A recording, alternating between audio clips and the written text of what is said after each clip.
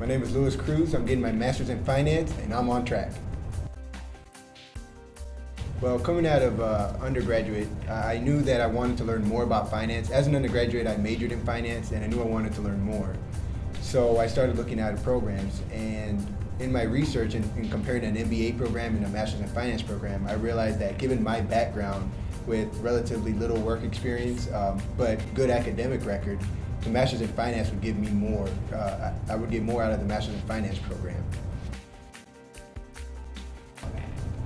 Okay, so the next step after having the passion is actually being able to back it up with work. Keeping up to date with news in the market, following a few stocks, maybe doing some research or even some investing on your own. That way you can get more accustomed with the finance world, because that's going to come in handy once you start the classes.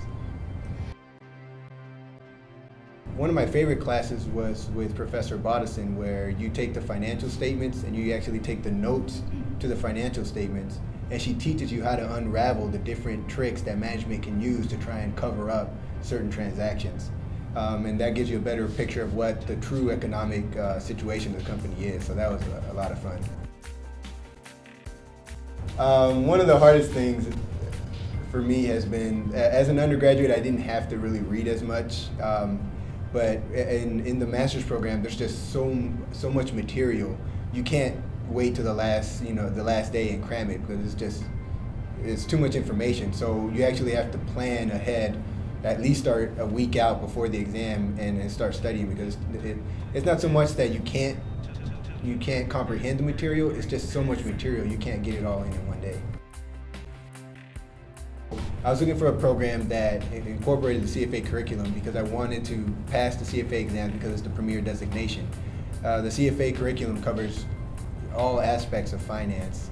So it's important to go to a program that focuses on the CFA exam, so you get a well-rounded program.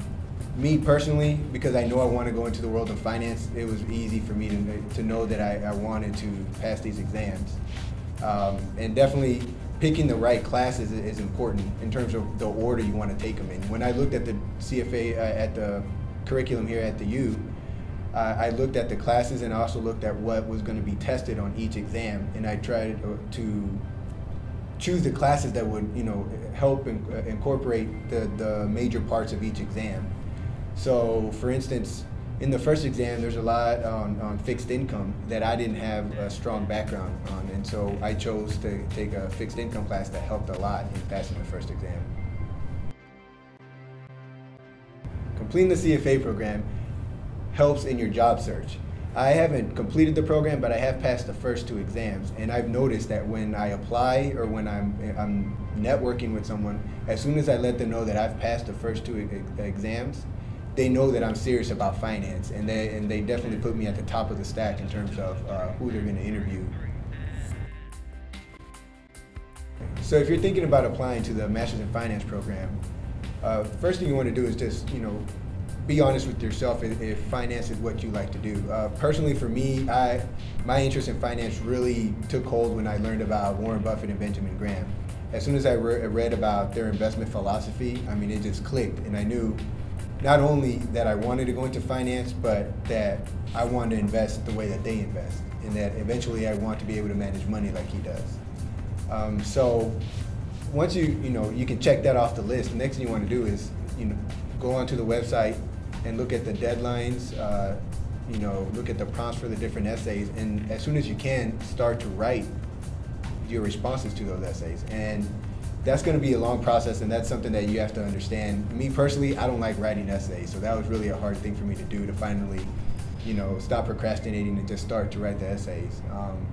And the next step after that, after you start writing the essays, is finding a good person to proofread your essays. And luckily for me, I was able to find someone at my undergraduate university who, that's what she does for the university. She was in charge of helping students apply for graduate school or for different scholarships, for instance, like the Rhodes Scholarship. So I had her proofreading all my essays, and that really helped sharpen up my essays before I turned them in. When I was researching the different graduate programs, I noticed a few trends within the MBA program as compared to the Master's in Finance program. Usually the MBA students have work experience, post-bac work experience, which I didn't have. So right off the bat, I was kind of hesitant, and I realized that I might not fit the mold of an MBA student.